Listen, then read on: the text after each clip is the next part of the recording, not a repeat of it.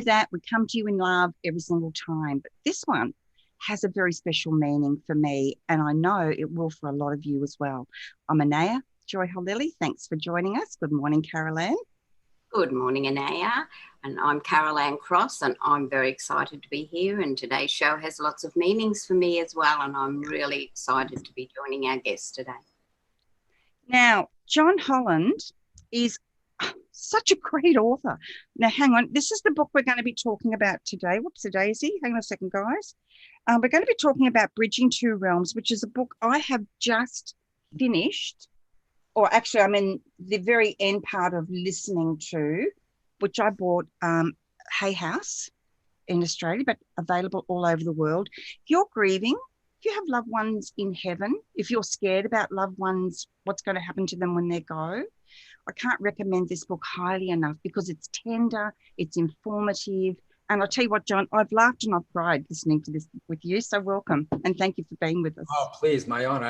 I love Australia and I miss it. And so when I heard that you wanted me on, I just said, absolutely. Plus the name of your show too. How could you not, you know? How could you not, right? I know, it's beautiful. So thank you, Angels, for that. A little bit of housekeeping, everyone.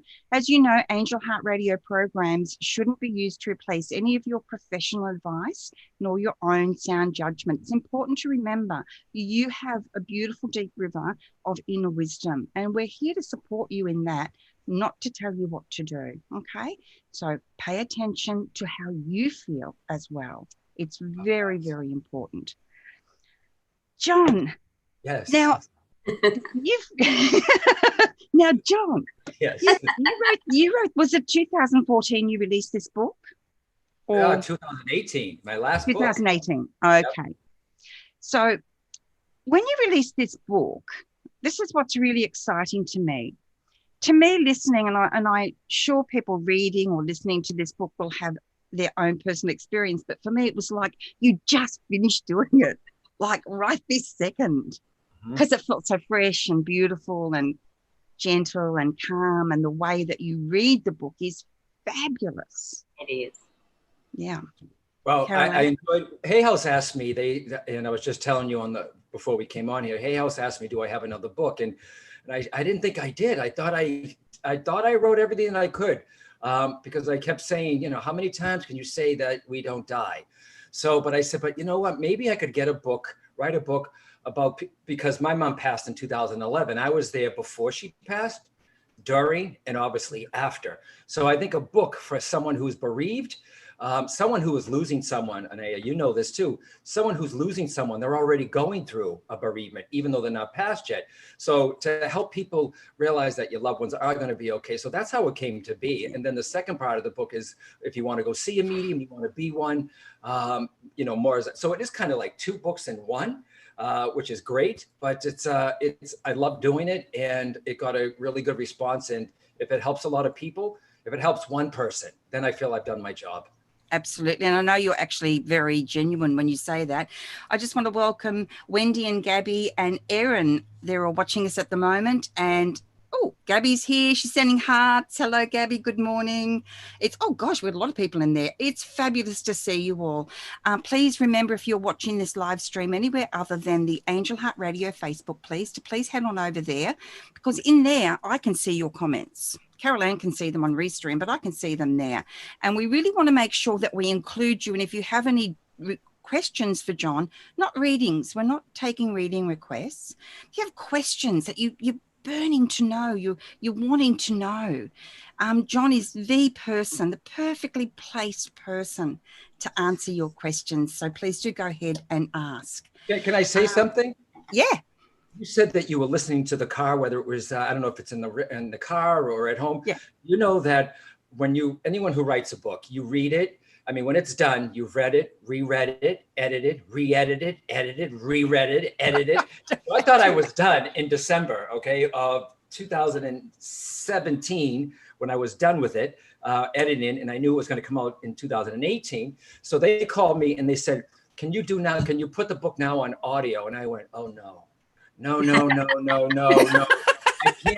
I cannot read it again. So they said, well, John, you could have somebody else do the voice for you. And I thought about it. And then I called on my friends, Cheryl Richardson and, some other Hay House authors. And they said, no, John, it has to be in your voice, even though I have that Boston accent. And if you notice, if you're listening to it, everyone, you will hear me get easier as the book goes on into the 100 or so page. I mean, well, it's easy. It was easy to read, but it's not that easy.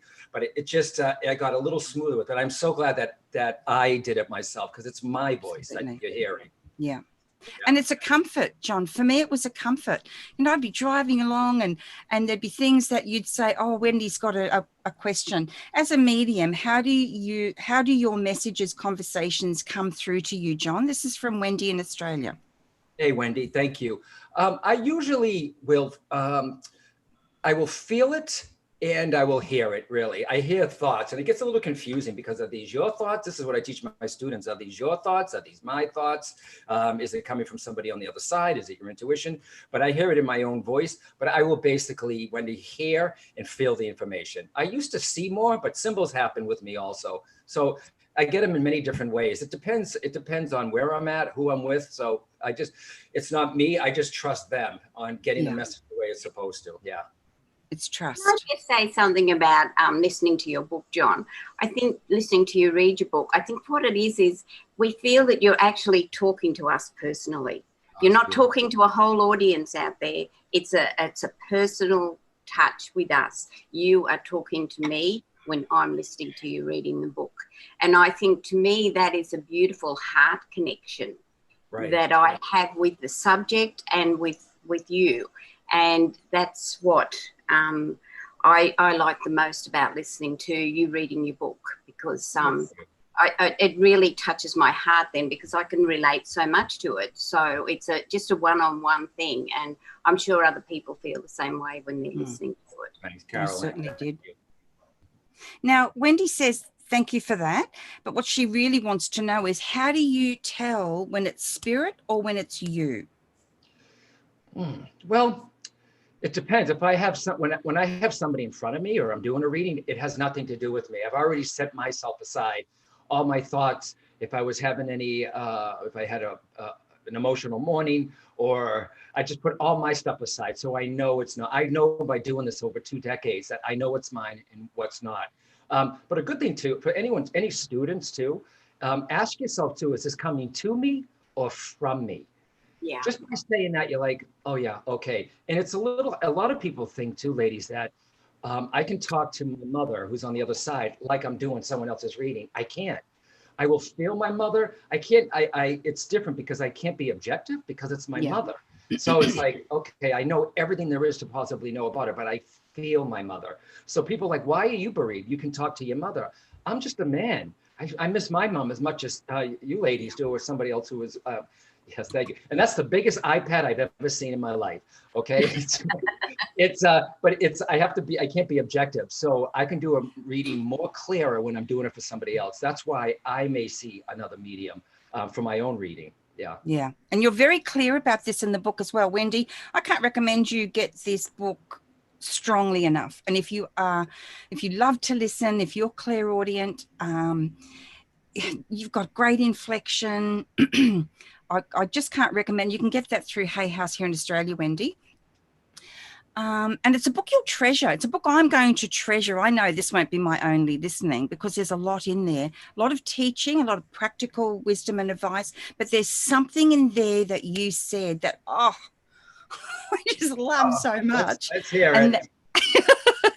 And when you're working, you simply ask for less of me, more of you. Exactly. That is true. That is so true. Because, it's true. That's why I said I put myself aside. And before I start, I always do a prayer. I was raised Catholic. So I teach, that's like my wine. That's me getting ready to work. I let the people on the other side, I let spirit know, look, I let them know that I'm ready for that phone call from the other side. So yeah, less of me. Yeah, and I learned that in England, actually. That's where I was trained. When mediumship started happening, I went to England. Synchronistic events led me to the spiritualist in England. I was lucky enough to go there for over 2 years and study. Yeah, and you really do touch on that in the book as well. And it's really great because, and see, here's the thing, everyone, and we're so excited about this as well. Okay. So John's going to come back and do another show with us on the responsibilities of the medium. There are a lot of people leaving the planet right now. A lot of people leaving this year. So there's a lot of grieving hearts, right?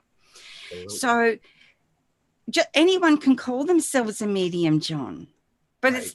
there's a whole different experience. There's a whole different level. There's a whole different meaning to someone who has trained properly as a medium and someone that just gets, I mean, I get the odd message from spirit as well, but I'm not a medium. Right. You might, we all, when I was in England, they taught, their teaching was mediums are born, not made. And I stuck by that because that's all I knew. And I took that training. But as years went on, I realized that, okay, everybody is born with the potential. That's my first book was called Born Knowing. I was born a very psychic child. All kids are intuitive anyways, but I was born that way. So I had a high potential. I think I did it before in another life too. It was too. So what happens is I was born with a high potential. I got it easier. We're all born with it. Someone may not have a huge potential for it. Doesn't mean they can't do it. They just have to train harder. But with the book, another reason why I wrote it, because a lot of people I think the consciousness of man is changing. I really, really do. The consciousness of man is changing. So people said, John, is something happening? Is the veil getting thinner or are we getting more sensitive? I think it's a little bit of both. As a race, we are getting more sensitive. So you may touch on the other side. You may be on the realm of heaven. All right. You may be with a friend and you may say someone's never even studied mediumship. They know the word, and someone might be with their friend and saying, God, I keep hearing the name, I'm Leo. My name is Leo. And they say to the friend, I'm hearing in my head, my name is Leo. Oh my God, my grandfather's Leo. He passed away 4 weeks ago. It doesn't mean that that person should go on to be a professional medium. It's a calling. It's a life of service. And I say that in the book quite heartily and quite strictly. It's a life of service. It's not a hobby. You have to feel a calling to do this. You really, really do. And more and more people are doing it. But I think you can't just take a weekend work. I'm a really hard teacher in a good way. You cannot take a workshop in a weekend and say you're a medium and pop up the website. Why am I so strict about that, everyone? All right, for you and the audience, whoever sees this, is because a mother comes to see someone loses a child.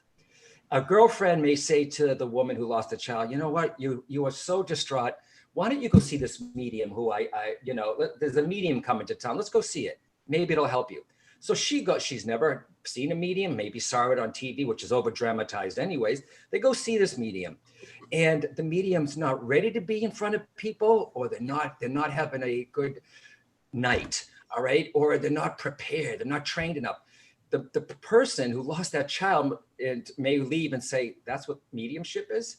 And they may never come to it again. So that one person could represent all of us, when in fact that mediumship can help someone. We can't take away, we can help lessen the pain. We can't bring your loved one back, but we can show you that, look, they are really okay. And sometimes too, ladies, sometimes people don't need a medium. They need a therapist or a bereavement counselor. Yep. It's so true, John.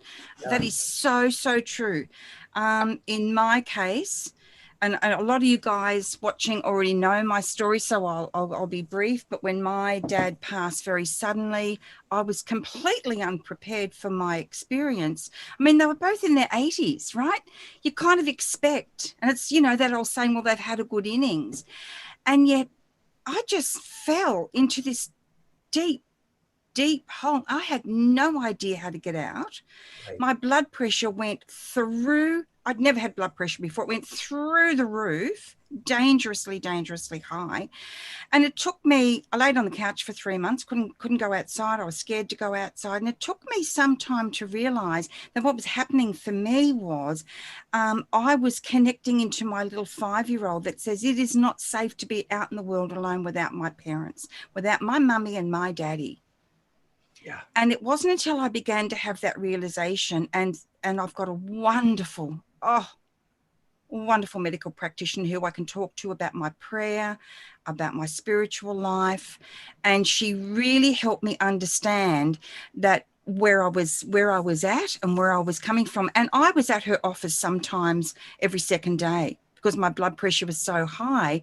I was literally scared that I was going to die here in my home and my children would have to find me.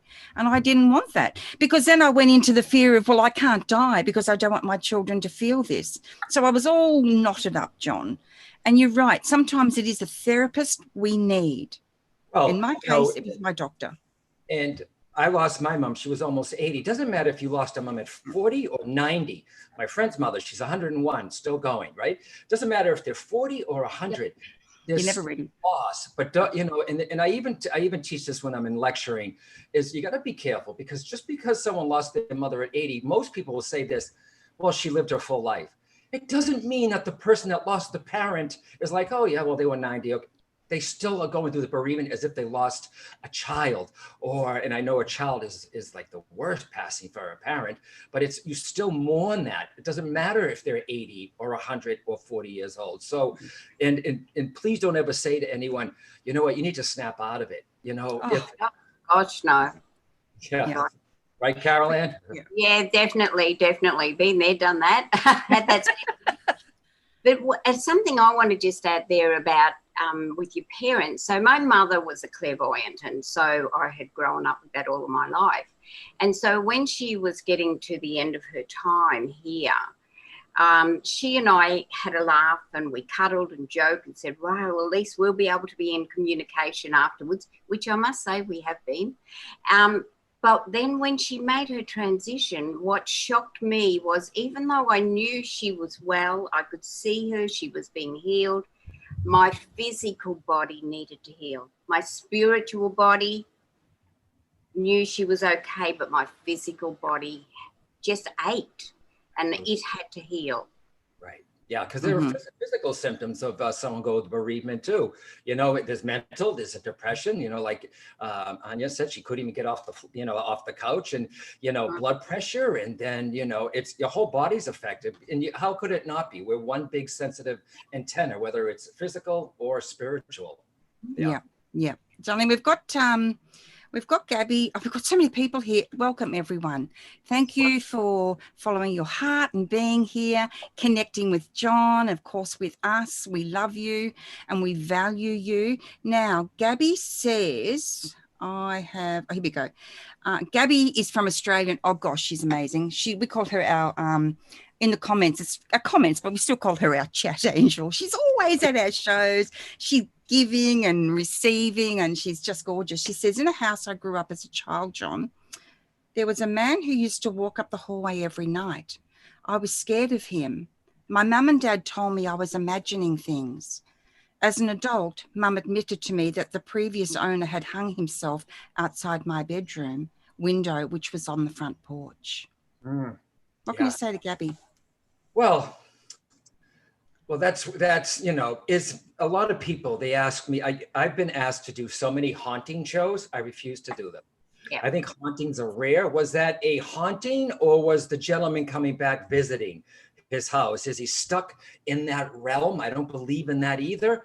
I don't believe God this is just my opinion. Other people have theirs. I understand that. I think there's levels to the spirit world. It may take you there's levels to the spirit world. And I think it may take you time to go from one to the other. You got the guides and the angels on the celestial, and you got us, the astral, okay, the etheric, the physical, the etheric, the astral, the mental, I think it takes some time to go from one place to another, but I don't know what even to say about it. I mean, she's asking me my opinion. I believe what she said, and, but I don't believe that person is trapped per se, or is he coming back? And, when I was in England, brilliant Scottish medium, Gordon Smith, love him. He was a mentor for me. When I went there, he told a story about, he got called for a haunting about activity that was happening in the house, and he was called to see who it was. So he looks at the people as soon as he went in, and he did his thing, and he said, "You lost a child?" "Yes." And they said, "Yeah, we lost our 6-year-old." And he says, "It's not a haunting. It's your kid letting you know he's okay." See, it wasn't a haunting. It was a loved one. So you have to know what is what. So yeah, but Gabby, I don't doubt you saw that. And, and if I wonder if she does this work anyways. I mean, as kids, we're all sensitive anyway, so I'm not surprised if she saw this too. Music is big with Gabby too, for some reason. I don't know if she's into music or loves music or plays. I don't know how well you know her, ladies. Yeah, you know, she and I we do a show on Enlightened World Network with the elementals and Awesome. other things. So, Mhm. yeah. So, and yes, I So- know she wants music. Sorry, Carol Ann. My mind's in too many places. Oh, Sherry Myers is with us. Woo! Sherry Myers is awesome. We love you, Sherry. There are so many people here. If I haven't mentioned you, it's because there are so many of you. But please do know that every single person that visits us on Angel Heart Radio is not about getting likes, right? Although we do want you to like our page and follow us, because it means you're going to get updates on what's happening. And that's a really great way of connecting, as KJ was just asking about. But the thing is, Angel Heart Radio, we've been going for 10 years, John. Wow. Okay. Yeah, Great. continuously. We've never had a break except over Christmas, and then we've always got shows going. But the thing is, it's about the heart connection. It's the angel heart. It's the heart of everything, right? It's the way that we can be present for each other and just be there as a support and have a bit of fun along the way, have a good laugh. But also, too, it means people can tune in and really have the opportunity to ask people such as yourself their burning questions. Absolutely. So I have one for you, John, Mhm. about my brother. That's my microphone. About anyone. If you have experienced someone crossing over due to suicide, as I did with my brother and my husband, Mhm. and there is a lot of which I believe are terrible myths around, is that they're not going to be admitted to heaven. I do not believe that, but a lot of people do, and that's a very difficult thing, because people are already grieving, and to feel that their loved ones are not going to be permitted the grace of God's love. What can you tell us about that, John? Well, I've dealt with a lot of people. Sometimes too, though, I heard John Edwards say once too that some people, because they see mediums on television and how wonderful the afterlife is and how beautiful is, some people are like, well, why don't we just go there? What's the point, right? And I heard John Edwards say this once too, and I know he goes to Australia. You know, he's a big fan of Australia too. I heard him say this once, and I always give credit where credit's due. He said, the other side is not meant to be an invitation. I love it. Isn't that great? You can't get away from your stuff here and think, I'm going to do it. And then you have to deal with it over there also. Okay, you do. And I don't believe sometimes, ladies, when it comes to the suicide, for me, there's two different things. There's someone who, say you have a child, a teenager, breaks up with his girlfriend and does something stupid. He's like, okay, I'm going to do this. And he just does it on a whim. There's no depression around him for years. There's no chemical imbalance in the brain. That I look as they deliberately did that, okay? But sometimes when I link with someone, and I always say to the person that I'm reading for, would you understand, I'm speaking to a gentleman that helped, who's taken on the responsibility of his passing, all right? And they get that. Sometimes the person on the other side, they're so distraught, they're so not right in the mind. I don't look at that as a suicide. I look at that as an illness, in my opinion.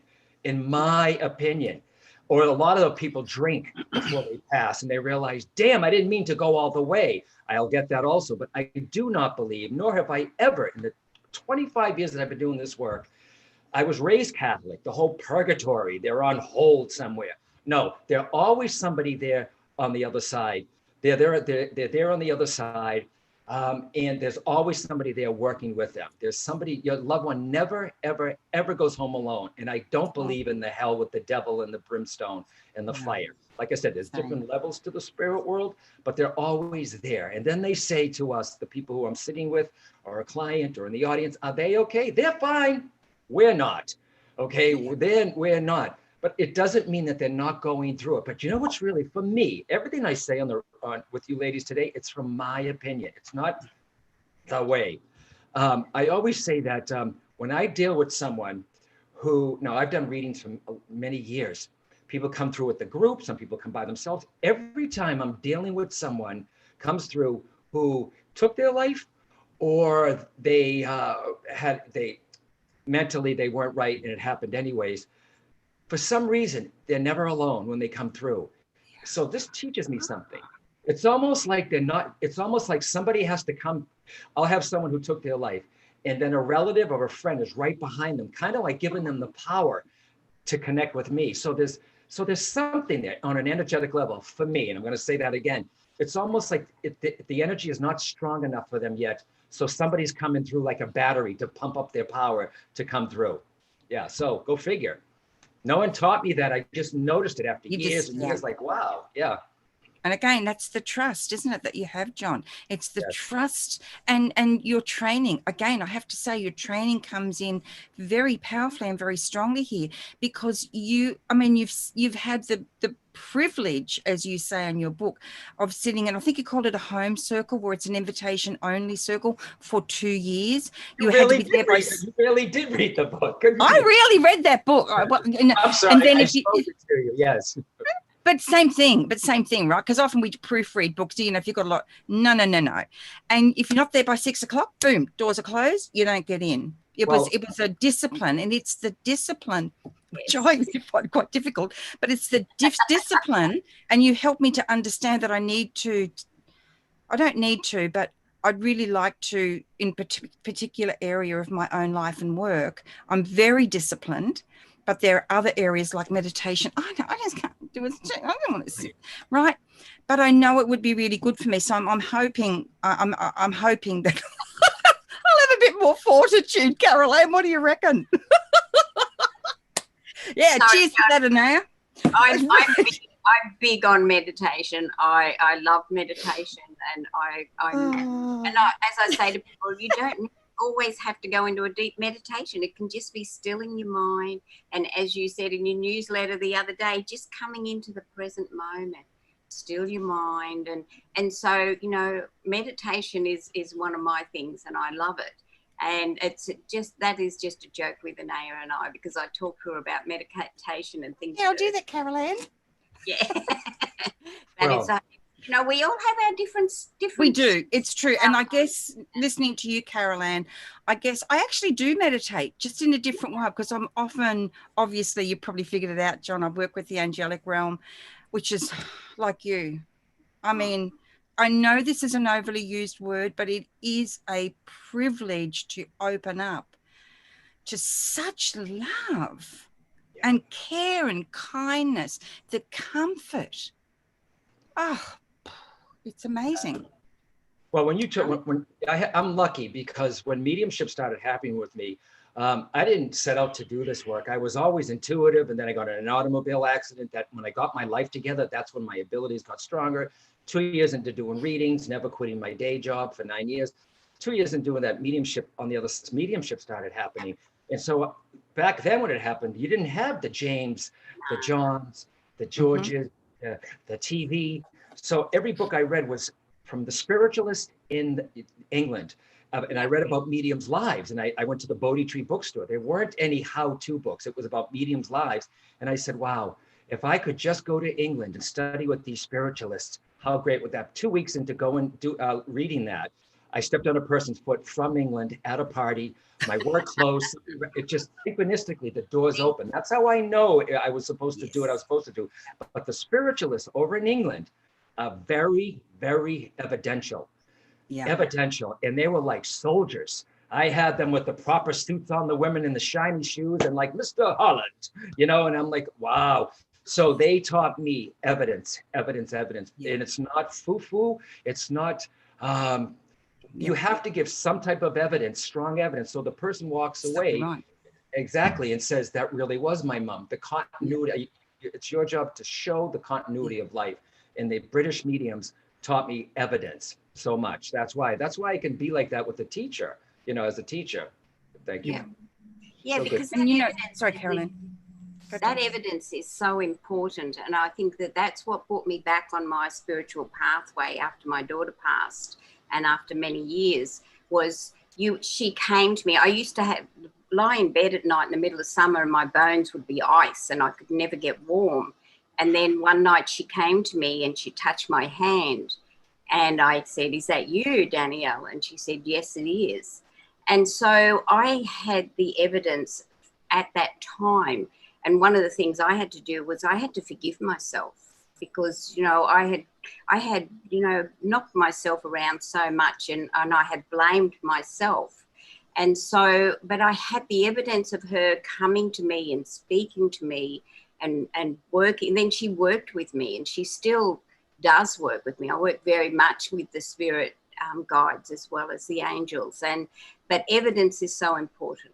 And to be able to give somebody the evidence, that's what seals it all. Yeah. Absolutely. The rest is just opinion. Yeah. That's all it is. It doesn't mean anything except to the person giving it, right?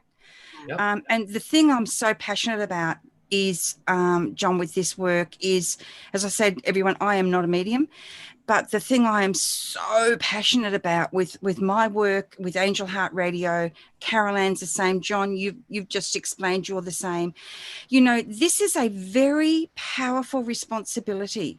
When people come to you with a grieving heart, you better be ready to be completely authentic, completely honest, right? And this, I love this in the book too, John. And this is right toward the end. This is in chapter 11. I'm just listening to the epilogue now. Do good work. I burst into tears when I heard this, John. Just the tone in your voice was so beautiful. Do good work, remain humble, express gratitude, give back when you can. Right? That's it. It's beautiful. And this was the way it was. Who that energy that I don't know, this really wise guy. Let's see if we can get him on the show. But it's true. It's all of those things, and those things are very easily overlooked, swept aside in this race that, you know, can happen to sell a book or to get your radio show out there. I've just released a book myself, John, so I'm not getting caught up in that either. But at the same time, you want to share your work with people, right? So it's how do you remain in that heart space? And we've got so many people in here. I wish I could reply to you all, and I will go back. Erin had something to say. But how do you, staying humble is easy to say, but that is a sense of supplication, isn't it? It's giving over and doing for me God's work in a way that has nothing to do with me. It's not about me. How do you manage to stay grounded and tender and caring and loving in that, John?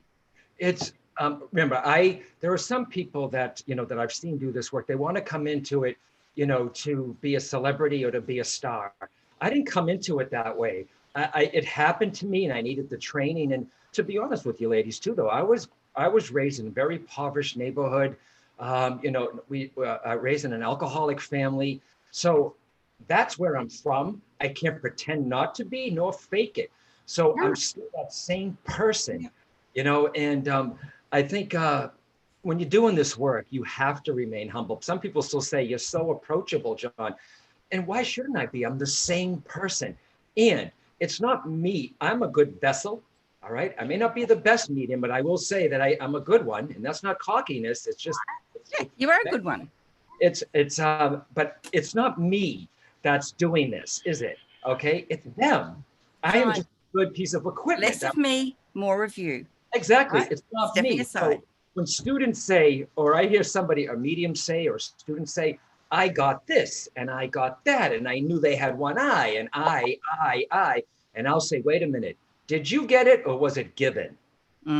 True. Yeah. You know what I'm saying? So I know exactly what you're saying. That's perfect. And you know, it's with, you know, there's I look at it this way. There's a lot of mediums here too, though. Luckily, I started when John came out and James a number of years ago, and I had all the groundwork. I am just blessed that, you know, Hay House picked me up, and then one thing led to another. If you follow what you're supposed to be doing with your soul, doors will open.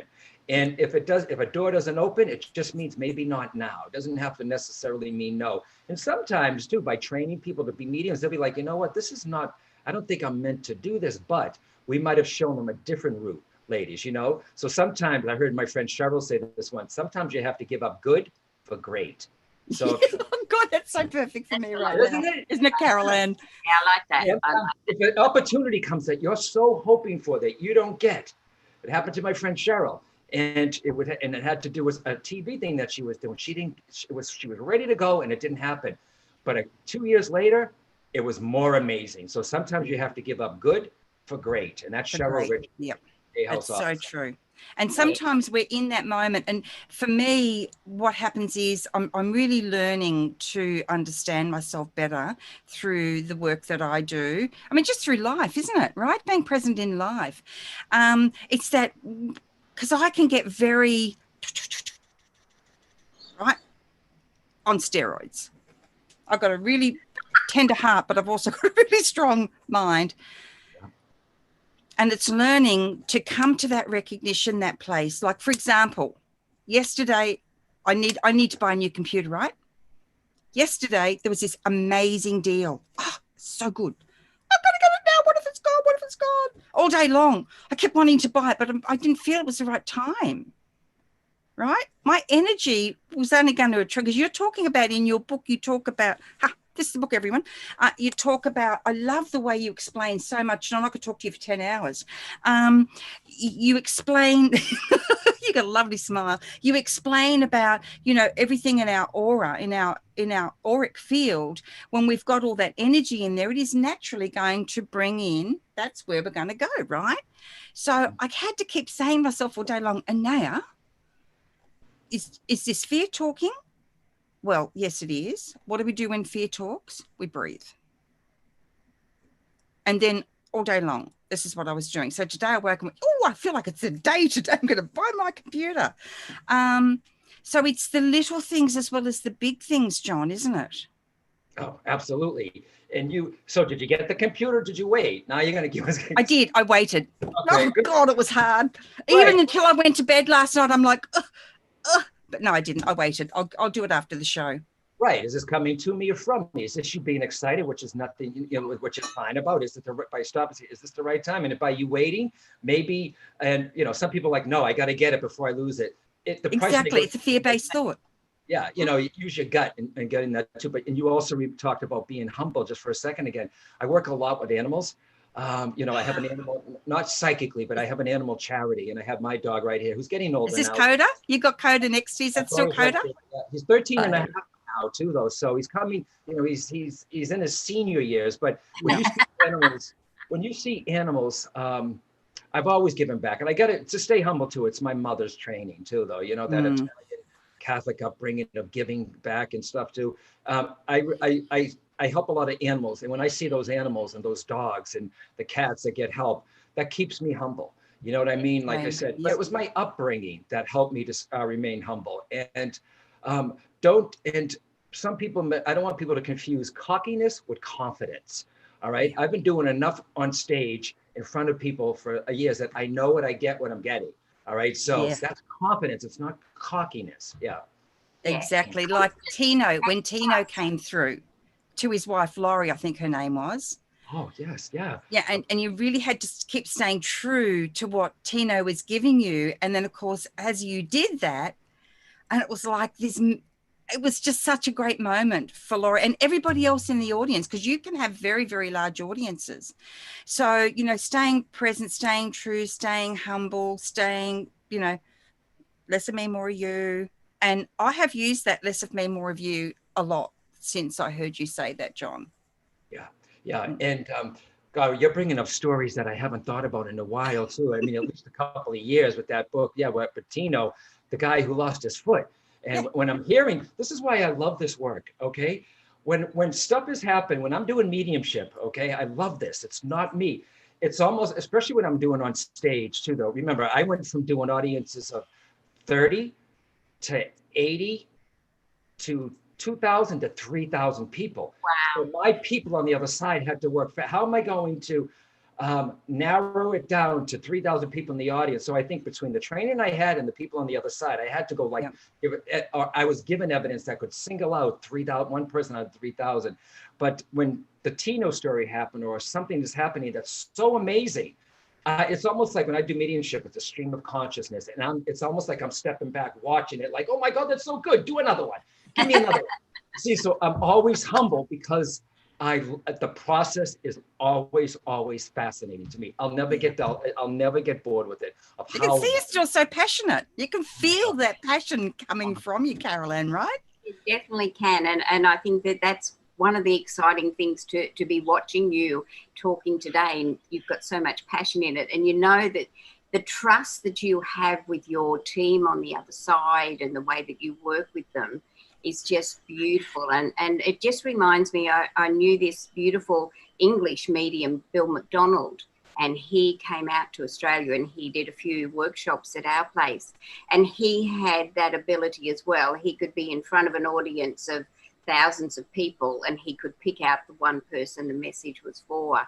And, you know, to watch him work would be just like watching you work, because it's that special connection from the heart with your team, and your team are just, as you say, it's them, it's through you, and it's them coming through you. And I think that's one of the most amazing things, to be able to share that with people is just a gift. It's such a blessing to the people that you're able to give the messages to.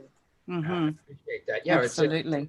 It's a three-way connection. You know, every event is different. I mean, every audience is different. So it's a three-way connection. It's me, the people in the audience, or the client, and those on the other side. So from spirit, through spirit, to spirit.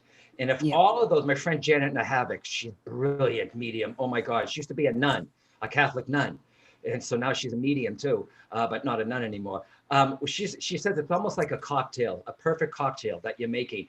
If the audience is on, you're in good form, people on the other side, then it's going to be an even time. Sometimes one of us may be off, and you're thinking, wow, can they on the other side be off? Maybe, but I know the audience could be off. It could be the location, it could be the room, it could be the medium. So, but when it's on, and it's a perfect cocktail, but from spirit, through spirit, to spirit. And I was taught also by someone in England that to stay humble it's not a big deal, that you're just a tube. You're just a tube. Look at yourself that way. That's all I am, is just a tube, pretty much. Yeah, really? So but you're a fabulous tube. We have an incredible... all sizes. Yeah, exactly right. In all shapes. That's wonderful. We have a fabulous medium here in Australia. His name's Barry M. Gray. What a gentleman. Oh, and he trained in the UK as well. And I had the real privilege of being at an event he was doing, and it was so gorgeous because he's a very unassuming, very quiet, humble man with a gorgeous heart, great sense of humor.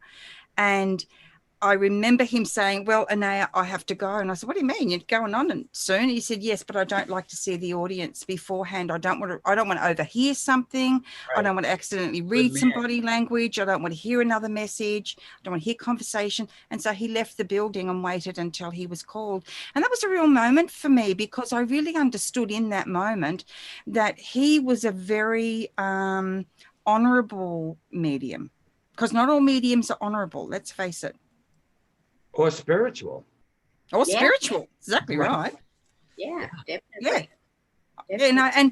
And this is another great point. Look, Erin says she loves it so much. It's going to be her mantra for the day and beyond. Less of me, more of you. So powerful. Thank you. Thank you, Erin. I had a woman come to me once for an angel reading. And she came to me through someone else because she'd been for a reading. It's just... And everyone, pay attention to this. She'd been to a reading and she was told that her husband was going to die, her children were going to die, she was going to be miserable for the rest of her life. And there was no way of avoiding it. So, I mean, obviously, what can you do? It's just, okay. If this woman is confident enough to come to me, obviously, of course, you don't charge for that sort of thing, and she wants to have a conversation, see if there's something I can help her with, and she did this many years ago now. And by the time she left, John, she really was a magnificent teacher for me that day, because she helped me to realize the sheer weight of responsibility when passing through messages of love and guidance. It's never about telling a person you must do this, you must do that, right? it's the sheer weight of responsibility. So if you yourself are a budding medium or a practicing medium, if you yourself do readings of any kind, please take this into your heart and really get quiet with that. Right. Because what's happening is someone is coming to you and they're putting their heart in your hand, right, John? Absolutely. Carol Ann knows this. She's amazing. They're putting their heart, their hopes, their fears, whatever is going in your hands. You have to be very careful with that, right? Yeah, I mean, it's a huge responsibility, doing this work. And that woman who gave her that reading, I'd be curious if she said, was it one of those readings too? And, for an additional 100, I'll light a candle. Well, it was at a shopping centre, so I don't really know. And that's nothing to say that if you're reading at a shopping centre, there's something wrong with that. I'm not saying that at all. Right.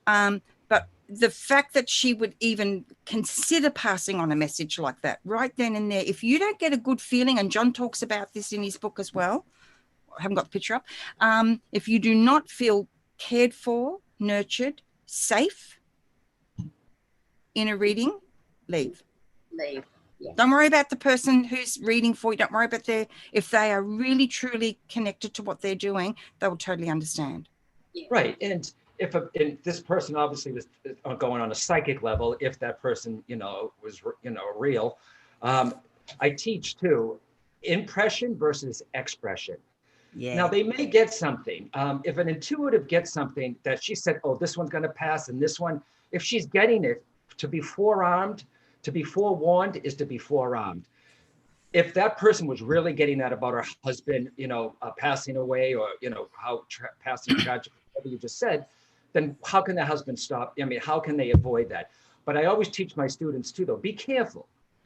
Impression versus expression. There's a way of saying, would you understand why I'm feeling is everything okay here with you? As opposed to saying, do you have a tumor? Like the one with the grandmother. You said, go visit your grandmother, right? Yes. Yep. The way you did that. Yes. Yeah. And I didn't know why. I just felt the need to say, when's the last time you saw your grandmother? You may want to go see her. I didn't know that the grandmother was going to pass. She did go see her. My friend Margot, this happened in LA. Thank you for bringing back these wonderful memories again. And she did. And she said, John, if you didn't tell me to go see her, I never would have had that opportunity to say goodbye to her, because the grandmother passed, it slipped away unexpectedly. So yeah, but impression versus expression. There's ways, you go to give the information, but also when you're training or mediums, you have to be careful that the medium's mind is not or their past experience is clouding the message. Say you have a dad like mine, who a heavy drinker. Now my dad's still here. Say the medium had a dad who's a heavy drinker and it was awful. You can't interpret that, I have your father here. Oh, he's telling me he's an alcoholic. Oh, he's still angry. That doesn't happen. They will give you the impression of what they were like here, but they leave all that too. So a medium in the students, you have to be careful that your own bull, yep, not going to cloud them. I'm trying to be very angelic, ladies. Okay. That was very angelic. Your own stuff is not going to cloud the message, guys. You got to get it out. You got to get out of the way. Yeah. Yeah. Less of me, more of you. Yes, absolutely. At the end of the day, that's what it all comes down to. There are 1,000 questions I would still love to ask you about, John. Excuse me, Carol Ann, I mean, look, we know I've got the gift of the gab. What about you, darling? Because we've only got a few minutes left. Yes. So, just so many things. No, I just when you were talking about the animals, I have a wonderful friend who's a medical intuitive, and she was walking through the bush today. And there was a small snake. It's fallen from a tree and it was over a bar. And so she said, the snake's calling to her saying, I'm dying, please kill me. I'm dying, please kill me. And she said, I went over and I picked up the snake. And she said, I told the snake I can't kill you, but I can help you. And so she said she did healing on the snake until it made a happy and peaceful transition. Oh, and she beautiful. said, don't be afraid to help animals. And she said, that snake was there for a reason. And that was a lesson for everybody to share today about caring for one another, caring for the animals, and being able to step into any kind of situation when your heart is in the right place. Yeah. Absolutely. That's what it's all about. It's all about this heart connection.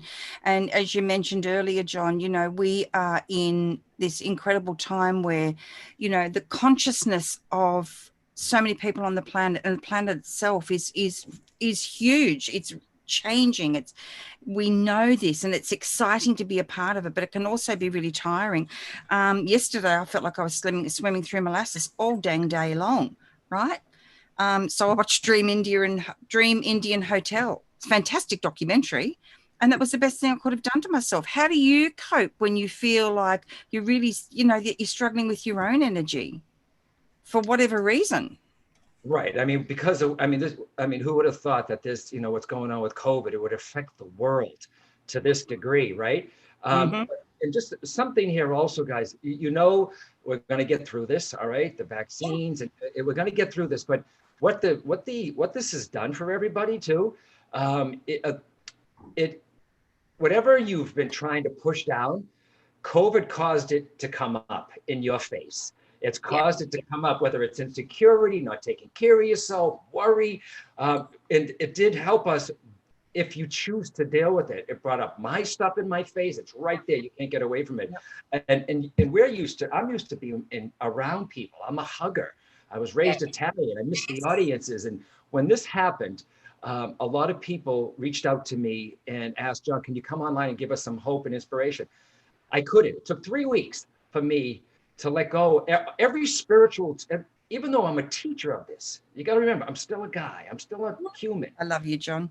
Oh my God. Every spiritual tool I had went out the window. Every Louise Hay teaching went out the window. I went back to my childhood, to that poverty. I'm going to lose everything. And then I heard somebody say, I turned on the TV and I heard a therapist say to a news reporter way back in March when this started in the States. And the news reporter said to the therapist, a lot of people are nervous or afraid. Can you address the millions of audiences, people that are watching right now? What can we do now to help us? And she said, we're in unprecedented times. How many times have we heard that? We're dealing with something that in our lifetime, we've never dealt with. Okay, I know back in, you know, they had the Spanish flu. She said, the only thing you can do right now is know what you can control and know what you can't control, right?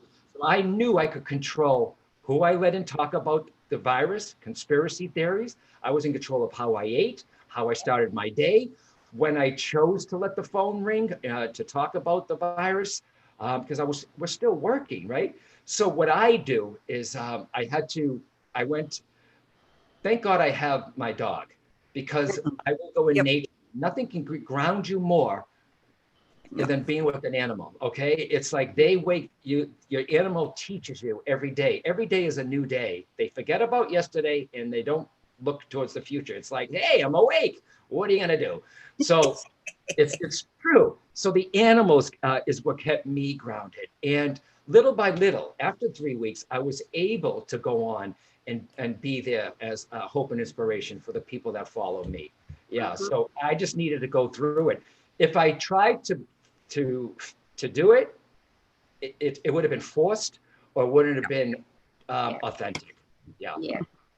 Perfect. That is a perfect way to end this absolutely awesome experience that some might call a show. I call fabulous. Right? I just love you, John. I love your heart. I love your authenticity. I just feel like I've been chatting to a friend, right? Yeah. And exactly. And we just can't thank you enough, Carol Ann, can we? Oh, John, it's just been an absolute pleasure, and just so looking forward to the next time you come on the show. And it's just, you've just done such amazing things just by today with the guests, the chats and everything that people have picked up, and several people have said they're going to give themselves the Christmas gift of your book, because they deserve to have that Christmas gift of your book. And, you know, it's just been a pleasure talking to you. Thank you so much today. Oh, you're welcome. And, you know, I believe in synchronicity. I was just emailing. I said it to you ladies just a little while ago before we started. I emailed at Hay House, my Hay House publishers in Australia. And I said, we haven't been able to do, everything's online now. So I said, now I came out with the new deck, the mediumship training deck that came out in August of this year. And my friend who did it with me, Lauren Rainbow, she's a very heart-centered medium. She's brilliant. brilliant, brilliant, brilliant. A lot of energy. I said, why don't we just come? I'm asking them, let's do something online for the Australian audience. So watch for that. So I talked about that, and I didn't call him because I was on your show today. I knew I was going to be, but it was totally two different thoughts. So I think that's going to happen. So keep your eye on that, everyone, too. And anything you want to know, go to johnholland.com, because it's a huge reference resource. It's not just about dates. Go to the frequently asked questions. There's a lot of help there for people. So thank you, ladies. Yeah, there is a lot of help there, John. And we've only got a couple of minutes because we've got another show starting on the hour. So, but I wanted to say this, you have this fantastic thing to say about synchronicity, and maybe we can touch on this next time. But have a think about this, everyone. I've always thought of synchronicity as something that happens, right? You help me to understand it is a living, breathing, generous, loving energy that works with me. So I'm on my iPad yesterday morning, and something came in from Hay House with the ebooks, and I thought, oh, I don't buy ebooks. Oh, I need to go and have a look at that. It's the audio books I need. Gordon Smith. I think I need to buy 99 cents. 99 cents the ebooks for the whole month. Oh, and in the USA, there you go, guys. Get onto it. It's only probably like under $3 here in Australia. Go for it. Really build yourself a fantastic library of inspiration, hope, and support, and really step out of the other stuff. You will feel a lot better. Your life will flow much more beautifully, and you will feel that richness of love and appreciation for everything begin to flow so much more harmoniously within you. Thank you so much, John. Oh, beautiful. Thank you, ladies. I'll be back if you have me. Thank you. We'll have you back. Definitely. Looking forward to it. Thank you, everyone who's watching. You, Thank you. Thank you. Everyone, thank you so much for being a part of this gorgeous experience with us. It's Angel Heart Radio is such a blessing in our lives, Carol Ann. Like, we love Angel Heart Radio so much. And part of the reason why we love Angel Heart, part of the reason why we love Angel Heart Radio so much is because it's a really great way of connecting with you and helping you to know that you matter in the world. Right. Yeah? That's what it's about. You matter right here, right now. You're here on purpose, with purpose, and we are so blessed to have you with us. So thank you. Thank you. Thank you. Thanks, everyone. JohnHolland.com. JohnHolland.com. Sorry, I forgot to say that all through the thing. JohnHolland.com. Hay House. No matter where you are in the world, go to your Hay House website and you can get a hold of John's books. You can get the ebooks, the audio books. I definitely recommend Bridging Two Realms. If you're clairaudient, go for the audio book. It's awesome. Lots of love, John. Thank you so much. Bye, ladies. Thank you, Carol Ann. Next time. Thank you, Anayah. Thank you, John. Keep an eye on our page. We'll let you know. Love, love, love, love, love you, Carol Ann. Love you too, darling. And to our wonderful audience, you come back now. You'll come back. Yeah. Thanks, guys. You really make a difference in the world. Oh, I forgot to record it, but it's streaming. You really make a difference in the world. The more you remember that, right, the more sense your life will make. All right, guys. Lots of love, everyone. Bye, John. Bye.